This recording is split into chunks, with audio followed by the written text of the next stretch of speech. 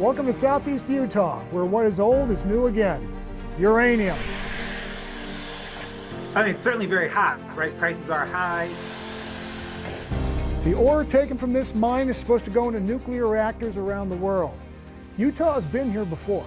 This uranium mine, long after we're gone, it's going to be there, no matter what, for thousands of years. I'm Fox 13 investigative reporter Nate Carlisle. We'll drill down into what's causing the boom this time. The clicking of the Geiger counter, this yellow, it's just so hot. is music to the ears of these uranium miners. What's it reading, Sheldon? About 60. When it's really going off like that, you know you're in your good uranium. 32 miles southeast of Moab, Utah. All these go off one at a time. I shoot it off with this fuse. But the big noise came when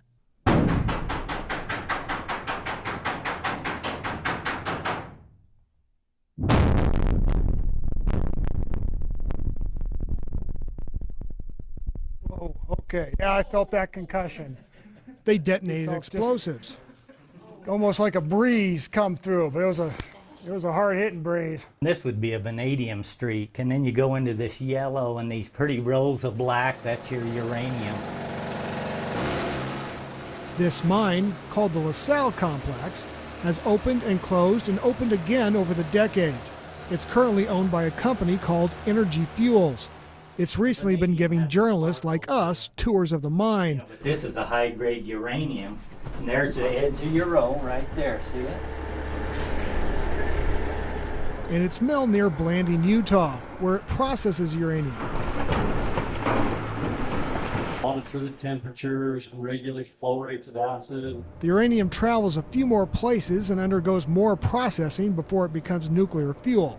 But this site is where nuclear energy starts. Curtis Moore is the Senior Vice President of Marketing and Corporate Development at Energy Fuels.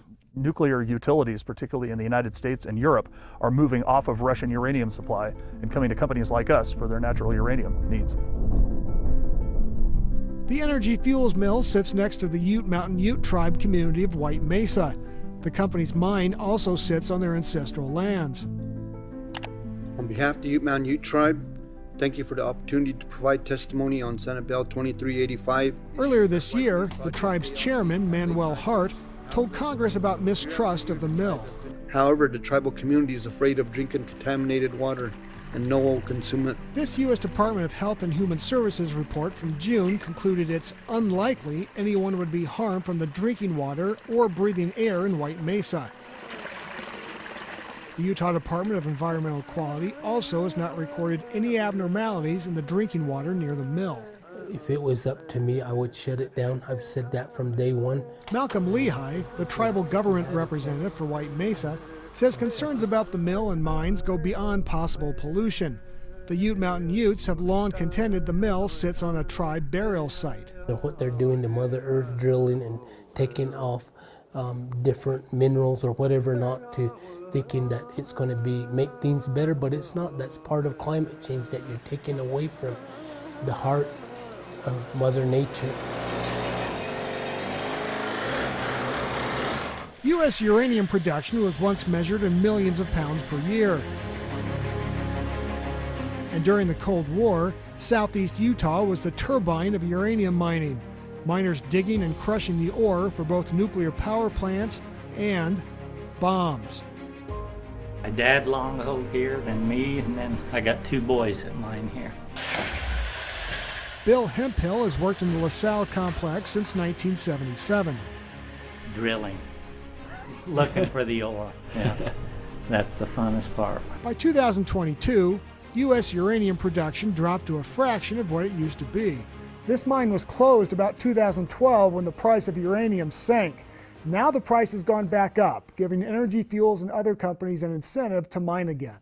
For a long time, there's been a hope to have a nuclear renaissance in the U.S. Ian Lane studies the uranium and nuclear industries as an associate professor of economics and business at the Colorado School of Mines. He attributes rising prices to work developing modular nuclear reactors, moving away from fossil fuels, По дальності нормально, правіше 40. and the war in Ukraine made it less desirable to import uranium from Russia. Yet Lance still calls the market speculative. Building nuclear power plants remains a long, expensive endeavor, and new technologies have yet to change that. They've come in over budget. They come in slower than they expected to. And this is not just in the US, this is across Europe. The uranium market is definitely not speculative. I think we'll start to see some of the next generation of small modular reactors come online in the United States by the end of this decade. Moore talks about the future while insisting this is not the uranium industry of the past. Multiple studies have found uranium miners and mill workers suffered increased rates of cancer, and some uranium sites still need to be cleaned up across the Four Corners region.